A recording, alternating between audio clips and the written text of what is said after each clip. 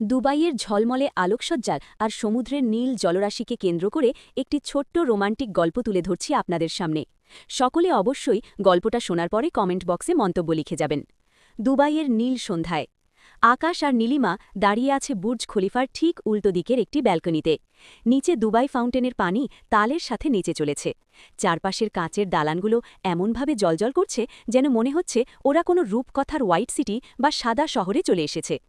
আকাশ নীলিমার দিকে তাকিয়ে মৃদু হেসে বলল, জানি না কেন এই শহরটা দেখলে আমার বারবার মনে হয় শূন্য থেকে কিভাবে একটা সাম্রাজ্য গড়ে তোলা যায়, তার নামই দুবাই।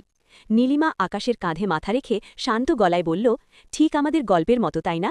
কিছুই ছিল না আমাদের মাঝে, শুধু একটু বিশ্বাস ছিল। আজ আমরা যেখানে দাঁড়িয়ে সেটা কি কোনো জাদুর চেয়ে কম?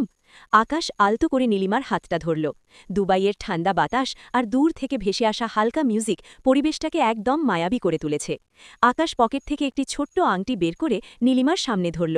হিরেটা শহরের আলোকসজ্জায় চিকচিক করে উঠল। সে ধীর স্বরে বলল, এই শহরটা যেমন ধুলোবালি থেকে আজকের এই উচ্চতায় এসেছে, আমি চাই আমাদের ভালোবাসাটাও যেন দিন দিন আরও শক্তিশালী হোক। তুমি কি আমার সাথে এই রূপকথার বাকি অংশটুকু পূর্ণ করবে? নীলিমার চোখে তখন আনন্দাশ্রু। সে কোনো কথা না বলে শুধু শক্ত করে আকাশের হাতটা চেপে ধরল। পেছনে তখন বুর্জ খলিফার গায়ে লেজার শো শুরু হয়েছে, আর নিচ দিয়ে বয়ে চলা কৃত্রিম লেকের পানিতে তার প্রতিফলন এক অপূর্ব দৃশ্যের সৃষ্টি করেছে। গল্পের মূল আকর্ষণ: স্থান দুবাই, বিলাসবহুল এবং আধুনিকতার প্রতীক। মুড রোমান্টিক এবং অনুপ্রেরণামূলক। থিম শূন্য থেকে শিখরে পৌঁছনো, শহর এবং সম্পর্ক উভয়ের ক্ষেত্রেই।